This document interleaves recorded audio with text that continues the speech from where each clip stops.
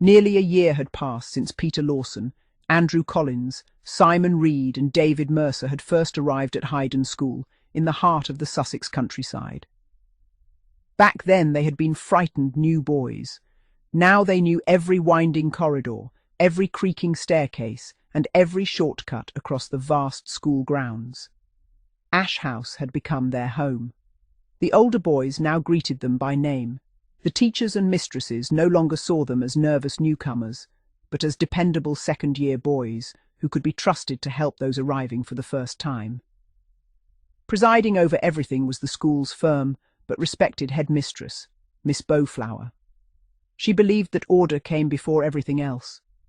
Her office contained the school's punishment book, a polished rattan cane kept in a cupboard, and the well-known carpet slipper that generations of boys recognised at once.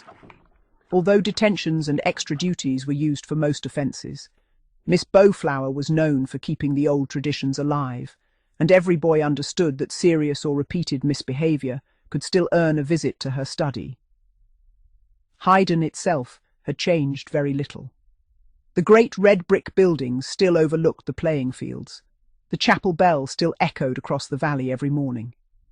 The enormous cedar tree still stood beside the chapel, its branches stretching across the grass like giant welcoming arms.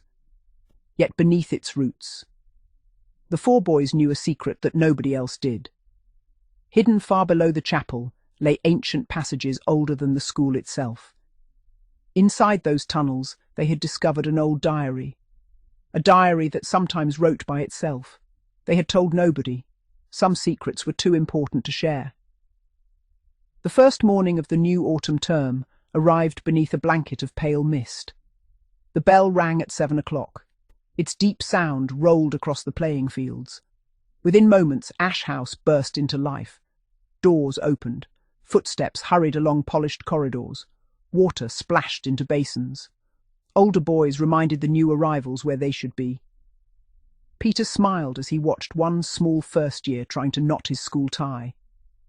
"It goes over first," Peter said kindly. "No, the other way." The younger boy laughed nervously. "I've done it wrong 3 times. "So did I last year." Peter quickly tied the knot. "There. Perfect." The boy grinned. "Thanks." David watched from the doorway. "You've become quite helpful." Peter laughed. "Someone helped me.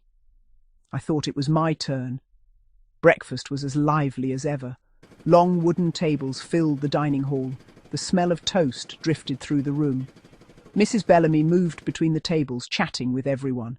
She seemed to know every boy by name. "Welcome back, David." "Good morning, Simon." "Peter, your mother sent another jar of blackberry jam." Peter smiled. "She always does." Mrs. Bellamy laughed.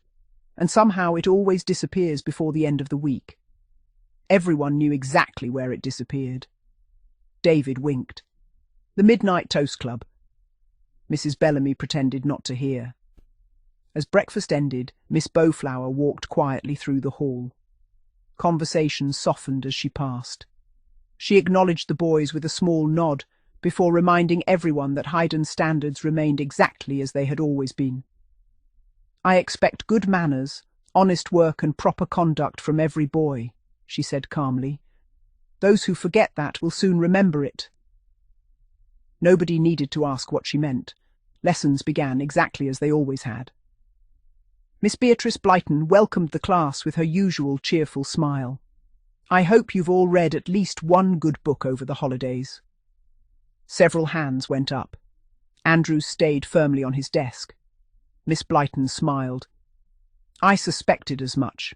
The classroom filled with laughter. She opened a large leather-bound book. "This term we'll be studying old Sussex legends." Peter immediately looked at David. David quietly smiled back. They were both thinking the same thing: the tunnels, the diary, the cedar tree.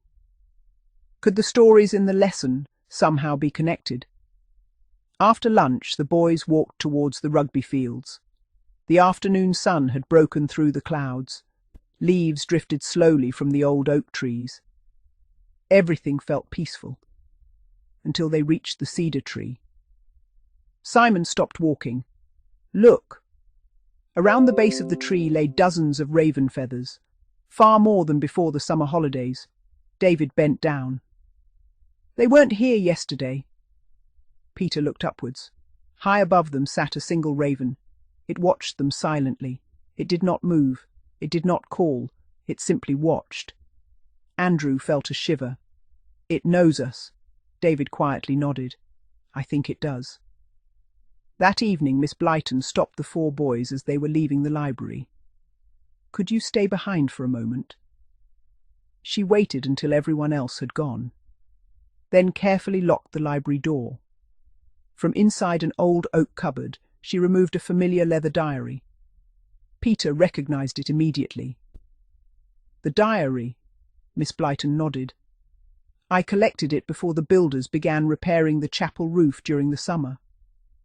Simon noticed something strange. It looks different. It is different. The silver clasp looked brighter. The leather appeared almost new. Miss Blyton placed it gently upon the table. I haven't written a single word inside. Peter frowned.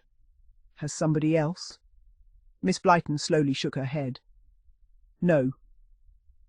Very carefully she opened the cover. The pages began turning by themselves, slowly, one after another, until they stopped. Fresh black writing covered the page. None of them had seen it appear. Yet there it was. Peter quietly read the words aloud. The keepers have returned. The first bell has sounded. The ravens are gathering. Before their eyes. More words slowly appeared. Find the hidden lantern before the harvest moon. Nobody spoke. Even the ticking of the library clock seemed louder than before. Miss Blyton gently closed the diary. I feared it would begin again. Andrew swallowed. What does it mean? I don't know. But someone once did. She walked across the library and removed an old map from a drawer. This school has stood here for over a century. She pointed towards the chapel. But the land beneath it is far older. Her finger moved towards a ring marked on the map.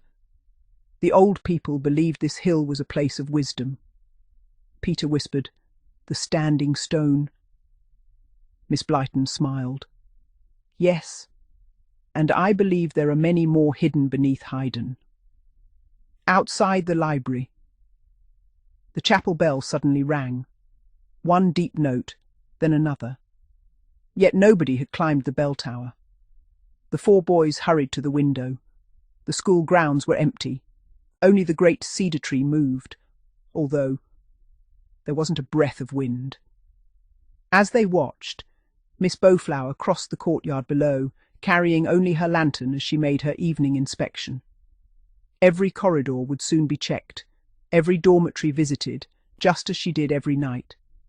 The cane and slipper remained locked away in her study, unless school discipline demanded their use, but their very presence reminded the boys that Highdown expected the highest standards of behaviour. The lone raven spread its wings. It flew once around the chapel tower, then disappeared into the darkening autumn sky. Miss Blyton looked towards the window. I think, she said quietly, Highdown has been waiting for you to come back. The adventure that had begun the previous year was far from over. In fact, it was only just beginning.